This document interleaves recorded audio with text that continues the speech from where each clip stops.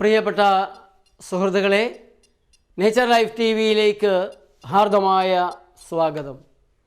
നിങ്ങൾക്കും ഡോക്ടറാകാം, നിങ്ങളുടെ ഡോക്ടർ. ഇന്ന് വളരെ പ്രത്യേകതയുള്ള ഒരു വിഷയമാണ് നമുക്കുള്ളത്. വൈദ്യുതി, ഇലക്ട്രിസിറ്റി നമ്മുടെയൊക്കെ ജീവിതത്തിൻ്റെ ഒട്ടും ഒഴിച്ചുകൂടാനാവാത്ത ഒന്നായി മാറിയിരിക്കുന്നു. നമ്മുടെ വികസനത്തിൻ്റെ, നമ്മുടെ പുരോഗതിയുടെ എല്ലാറ്റിൻ്റെയും അടിസ്ഥാനം വൈദ്യുതിയാണ് എന്ന് വന്നിരിക്കുന്നു. ഒരു രാജ്യത്തിൻ്റെ വികസനം തന്നെ ആ രാജ്യത്തെ ജനങ്ങൾ എത്രത്തോളം വൈദ്യുതി ഉപയോഗിക്കുന്നുണ്ട്, per capita consumption of electricity എന്നതിനെ ആധാരമാക്കി അളക്കുന്ന ഒരു രീതിയുണ്ട്. 50 കൊല്ലങ്ങൾക്ക് മുമ്പ് നമ്മുടെയൊക്കെ വീടുകളിൽ മണ്ണെണ്ണ വിളക്കുകളാണ് ഉണ്ടായിരുന്നത്. ഒരു വീട്ടിൽ ഒരു വിളക്കുണ്ടായെന്ന് വരും, ചിലപ്പോൾ 2-3, അങ്ങനെ ആ വീടിൻ്റെ ഗ്രേഡ് അനുസരിച്ച് മണ്ണെണ്ണ വിളക്കുകളായിരുന്നു. ഓട്ടുവിളക്കുകൾ ഉണ്ടായിരുന്നു. പല വീടുകളിലും വെറും കുപ്പിയിൽ അതിൻ്റെ അടുപ്പ് തുളച്ചിട്ട് അതിലൂടെ ഒരു തുണി തിരികെയൊക്കെ ആയിരുന്നു വിളക്കുകളായിട്ടുണ്ടായിരുന്നത്. അതെല്ലാം മാറി ഉണ്ടവിളക്കുകൾ വന്നു. പിന്നെ ട്യൂബ് ലൈറ്റുകൾ പാൽപ്രകാശം പരത്താൻ തുടങ്ങി, ഫാനുകൾ വന്നു, AC വന്നു. എന്നാൽ ഈ വൈദ്യുതി എത്ര സുരക്ഷിതമാണ്? നമ്മുടെ ആരോഗ്യവുമായി ഈ വൈദ്യുതിക്ക് എന്തെങ്കിലും ഇടപാടുണ്ടോ? നാം വളരെ ശ്രദ്ധിച്ചുപയോഗിക്കേണ്ട ഒന്നാണോ വൈദ്യുതി? എൻ്റെ കയ്യിലിരിക്കുന്നത് ഒരു EMF മീറ്ററാണ്.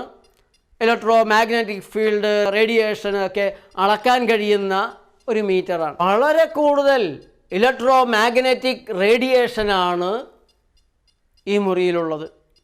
ഈ മുറിയിൽ പലതരത്തിലുള്ള വൈദ്യുത ഉപകരണങ്ങളുണ്ട്. TV, ഫാന്, ലൈറ്റുകൾ, പ്ലഗ് പോയിൻറ്റുകൾ, സ്വിച്ച് ബോർഡുകൾ 4 ഭാഗത്തുമുണ്ട്. അതുകൊണ്ട് ഈ മുറിയിൽ ഒരു ഭാഗത്തും കൃത്രിമമായ ഇലക്ട്രോ മാഗ്നറ്റിക് ഫീൽഡ് ഒഴിഞ്ഞു നിൽക്കുന്നില്ല. ഇനി അല്പം കൂടെ നമുക്കൊരു സ്വിച്ച് ബോർഡിലേക്ക് പോവാം. അവിടെ സ്വിച്ച് ബോർഡിൻ്റെ അടുത്തേക്ക് വരുമ്പോൾ ഇലക്ട്രോ മാഗ്നറ്റിക് ഫീൽഡ് വളരെ കൂടുന്നതായിട്ട് കാണാം. അത് 80-ന് മീതെ 100-ഉം കടന്ന്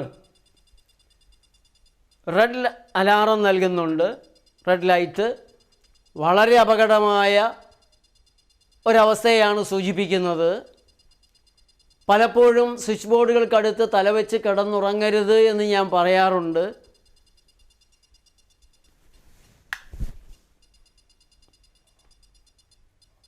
ആ സ്വിച്ച് ബോർഡിൻ്റെ ഏതാനും ഇഞ്ച്, ഏതാണ്ട് ഒരു 6 ഇഞ്ച് അകലെ, 8 ഇഞ്ച് അകലെ വരെ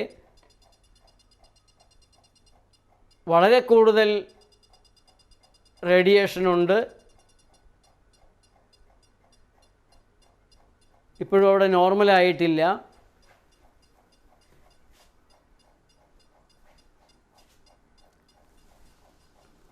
ഒരു ഫാനിൻ്റെ അടുത്തേക്ക് പോയാലും അവസ്ഥ അതുതന്നെയാണ്. വളരെ ഹൈ ആയിട്ടാണ് ഇലക്ട്രോ മാഗ്നറ്റിക് ഫീൽഡ്. 536, 550 ആ രീതിയിൽ ഉയർന്നു നിൽക്കുകയാണ്. ഒരു ഫാനിൻ്റെ 2.5 അടി അകലത്തോളം വളരെ കൂടിയ ഇലക്ട്രോ മാഗ്നറ്റിക് ഫീൽഡാണുള്ളത്.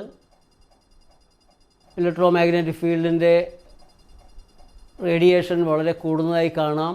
അത് 300-നും അപ്പുറത്തേക്ക്, 400-നും അപ്പുറത്തേക്കെല്ലാം എത്തി. ഒരു ഫാനിൻ്റെ 2.5 അടി, 3 അടി വരെ ഇലക്ട്രോ മാഗ്നറ്റിക് റേഡിയേഷൻ വളരെ കൂടുതലായിട്ടുള്ളപ്പോൾ ഒരു സ്വിച്ച് ബോർഡിൽ അത് ഏതാണ്ട് ഒരു 6 ഇഞ്ച് അകലമെന്ന് നമുക്ക് കാണാം.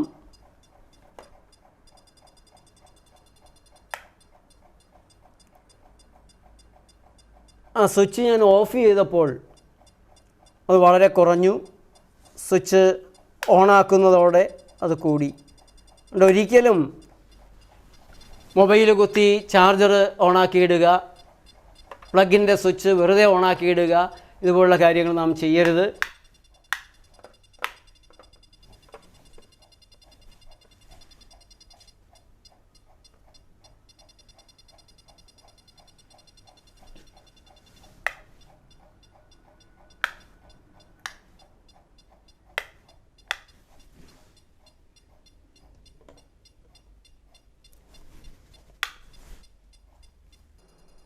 ഇലക്ട്രിക് വയറിൻ്റെ സമീപത്ത് പോലും വളരെ കൂടിയ radio frequency electro magnetic field work ചെയ്യുന്നുണ്ട്.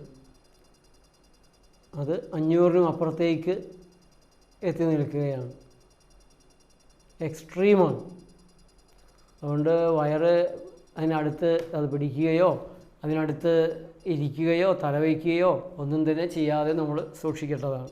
ലോ ഫ്രീക്വൻസി മാഗ്നറ്റിക് ഫീൽഡ് അത്രയേറെ അപകടകാരിയാണോ എന്ന് ചോദിച്ചാൽ അല്ല എന്നും അതേ എന്നുമൊക്കെ ഉത്തരം പറയുന്ന ധാരാളം സൈറ്റുകൾ നിങ്ങൾക്ക് കാണാൻ സാധിക്കും. ഒരു ഭാഗത്ത് ലോകാരോഗ്യ സംഘടന പറയുന്നു അതുകൊണ്ട് കുഴപ്പമൊന്നുമില്ല. എന്നാൽ European commission scientific committee on energy and newly identified health risk committee പറയുന്നു ലോ ഫ്രീക്വൻസി ആണെങ്കിലും അത് അപകടമാണ്, ക്യാൻസർ ഉണ്ടാക്കാൻ ഇടയുണ്ട്. ലോകാരോഗ്യ സംഘടന അപകടമില്ല എന്ന് പറയുന്നില്ല, വേണ്ടത്ര തെളിവുകളില്ല എന്നാണ് പറയുന്നത്.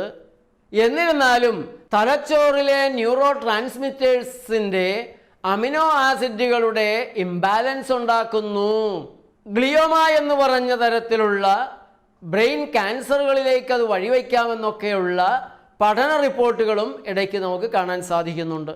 ലോ റേഡിയേഷനുള്ള ഇലക്ട്രിസിറ്റിയിൽ നിന്ന് അത്ര വലിയ കുഴപ്പങ്ങൾ ഉണ്ടാവില്ല എങ്കിലും മരണമുണ്ടാവില്ല എങ്കിലും കൈകാൽ മരവിപ്പ്, വേദന, ക്ഷീണം, ചില വിരലുകൾ അനക്കാനുള്ള പ്രയാസങ്ങൾ, അതേപോലെ സെൻട്രൽ നെർവസ് സിസ്റ്റത്തിന് ചില തകരാറുകളൊക്കെയാണ് പറയപ്പെടുന്നത്.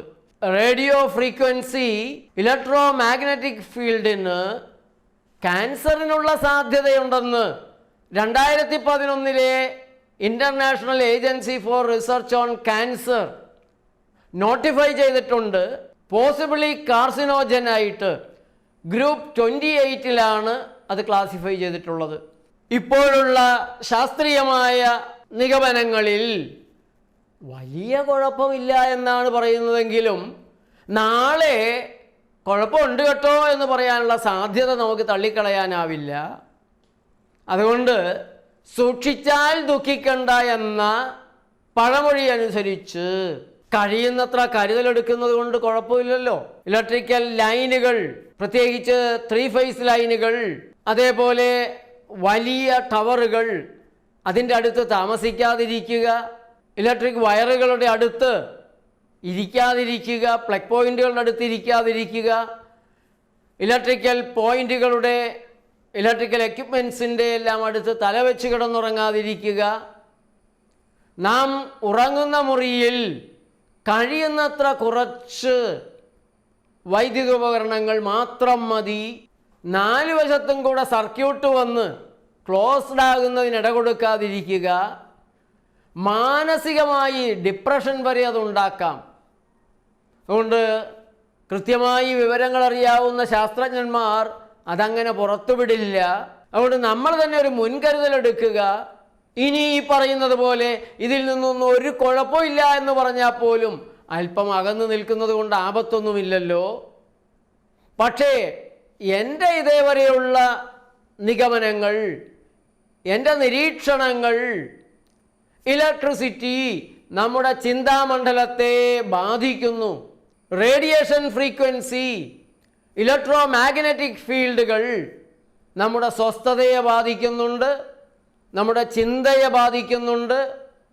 പെരുമാറ്റത്തിൽ, പ്രത്യേകിച്ച് കുട്ടികളിലും പ്രായം ചെന്നവരിലും പ്രയാസങ്ങൾ ഉണ്ടാക്കുന്നുണ്ട്. അത് തീർച്ചയായും നമ്മുടെ കോശങ്ങളുടെ പ്രവർത്തനത്തെ, നമ്മുടെ ബ്രെയിൻ മാഗ്നറ്റിക് ഫീൽഡിനെ, സെൽ മാഗ്നറ്റിക് ഫീൽഡിനെ, നമ്മുടെ ശരീരത്തിലും ഇലക്ട്രിസിറ്റി ഉണ്ട്. സെൽ വോൾട്ടേജ് 70 മില്ലി വോൾട്ടേജ്, അതും ഇതൊക്കെ ആയിട്ട് ആശയക്കുഴപ്പങ്ങൾ ഉണ്ടാക്കുമെന്നുള്ള കാര്യത്തിൽ യാതൊരു സംശയവുമില്ല. ഇന്ന് കണ്ടുവരുന്ന പല രോഗങ്ങളുടെയും അടിത്തറയിൽ ഇലക്ട്രിസിറ്റിക്കും ഒരു പങ്കുണ്ട് എന്ന കാര്യത്തിൽ നിഷേധിക്കാനാവില്ല. വളരെ കൂടിയ പവറാണെങ്കിൽ മരണം തന്നെ സംഭവിക്കാമല്ലോ. അതുകൊണ്ട് ജാഗ്രത പാലിക്കുക.